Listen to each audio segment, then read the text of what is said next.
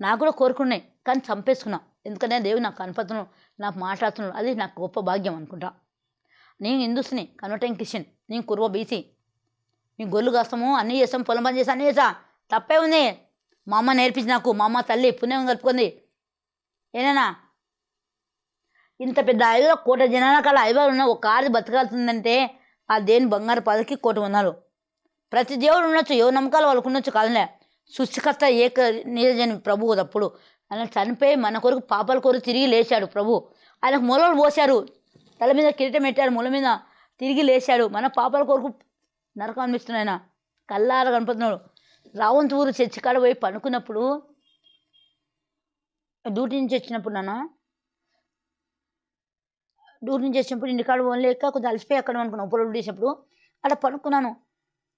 12:30 దేవుని అలసిపోయి దేవునితో అడిగాను, ప్రభా నాకు అలసిపోయిన తండ్రి నీవు.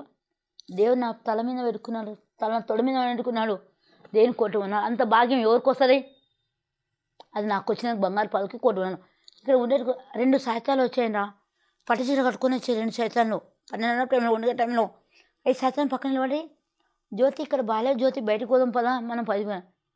నేను మా తండ్రి దగ్గర ఉన్నాను కదా, తండ్రి ఎట్లా పనిస్తాడు? నేను పడుకున్నా, నాకు కలిసిపోయినప్ప వెళ్ళిన పడినమ్మా, వాళ్ళు ఎవరో మనుషులు అనుకున్నాను, నాకే తెలుసు. దేవుడు చూపించాడు, చాలా హ్యాపీ. ఏనా ఆ బంగారు పదకు ఆయన రాకుడిపించాడు అంతే. ఎంత కోటి పనాలో ఆ ప్రభు రాకుతుంది, కానీ ఎప్పుడు వచ్చేది తెలియదు. ఎంత సంపాదించిన అన్ని అల్లకొలమే, పైన పట్టణం లోపల ఉండడం కాదు. ఎసానా ఏనా